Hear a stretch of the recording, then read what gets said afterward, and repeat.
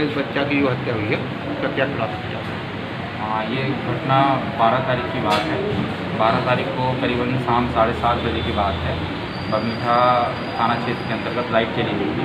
उस समय करीबन 8 साढ़े 8 बजे के आसपास ओम प्रकाश गुप्ता वो थाने आए। थाने आकर के उन्होंने बताया कि उनका 1.5 वर्ष का गोद बालक विराज जो बाहर घर के खेल रहा था वो नहीं मिल रहा है। तत्काल इसमें पुलिस ने एक्शन लेते हुए चारों तरफ तलाशी अभियान जारी कर दिया और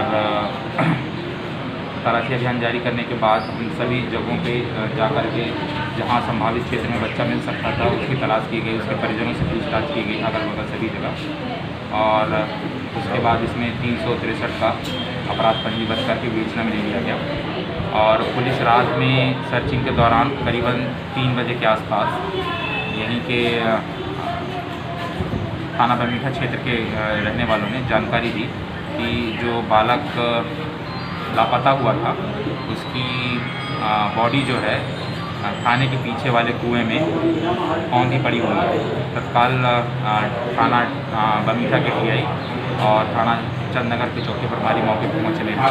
वहाँ पर जाकर के हमने देखा और बॉडी को निकलवा करके उसकी शनाख्त कराई जो कि वो जो बालक लापता हुआ था उसी की थी।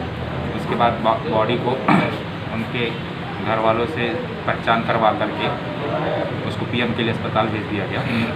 और पुलिस ने बारीकी से सारी चीज़ों की जांच की कि क्या क्या हो सकते हैं इस एंगल में। सर क्या वजह रही है इसके पीछे? अब जब पुलिस ने इसमें जांच की तो जांच में बहुत सारे तथ्य सामने आए कि जो घटना जो हुई उसमें करीबन 7:30 पौने 8 के बीच में जो लाइट चली गई थी बरमीठा क्षेत्र में आधे घंटे में, उसमें जो तथ्य हमारे सामने आए उसमें ऐसा आया कि चूँकि बच्चा 1.5 साल का था, उसकी जन्म तिथि हमने उसके घर से बुलाई तो बच्चा 1.5 साल के होने की वजह से वो 3-4 कदम ही चल पाता था और चल के गिर जाता था। तो जहाँ पर जिस जगह पे लगभग यहाँ से 200 मीटर है, घर से 200 मीटर दूर वो कुआं है जहाँ पर बच्चे की डेड बॉडी मिली है, तो ये संभव नहीं है कि बच्चा वहाँ पर खुद चल के जा सकता था। पहला संदेह करने की वजह है। दूसरा, ये अपना हाईवे क्षेत्र लगता है, बस स्टैंड लगता है, तो इतने भीड़ भाड़ वाले इलाके में बच्चा फ्रीली 200 मीटर मूव नहीं कर सकता। और तीसरा, अंधेरे जब लाइट गई थी 7:30 पौने 8 के आसपास, तो उस समय बच्चा अंधेरे में एक कदम भी नहीं चलने की स्थिति में था। और चौथा कारण कि जिस कुएं में बच्चे की डेड बॉडी मिली है वो कुआं उसकी हाइट से ज़्यादा है। हमने एफएसएल अधिकारी डॉग स्क्वाड बुलवाया था तो जांच के उपरांत पाया गया कि जो उसकी हाइट है बच्चे की औसतन हाइट कुएं की मुंडेर और कुआं उससे ज़्यादा था। तो हमारे पास ये पर्याप्त साक्ष्य थे कि बच्चा स्वयं वहाँ नहीं जा सकता, किसी के द्वारा उसको उठा करके ले जाया गया। उसके बाद हमने अपनी टीमों को यहाँ पर लगाया। टीमों को लगा करके घर के आसपास के लोगों के, बरमीठा थाना क्षेत्र के रहवासियों के लोगों से पूछताछ की। पूछताछ में कुछ 5-7 नाम हमारे सामने आए जिनसे थाना बुला करके पूछताछ की गई।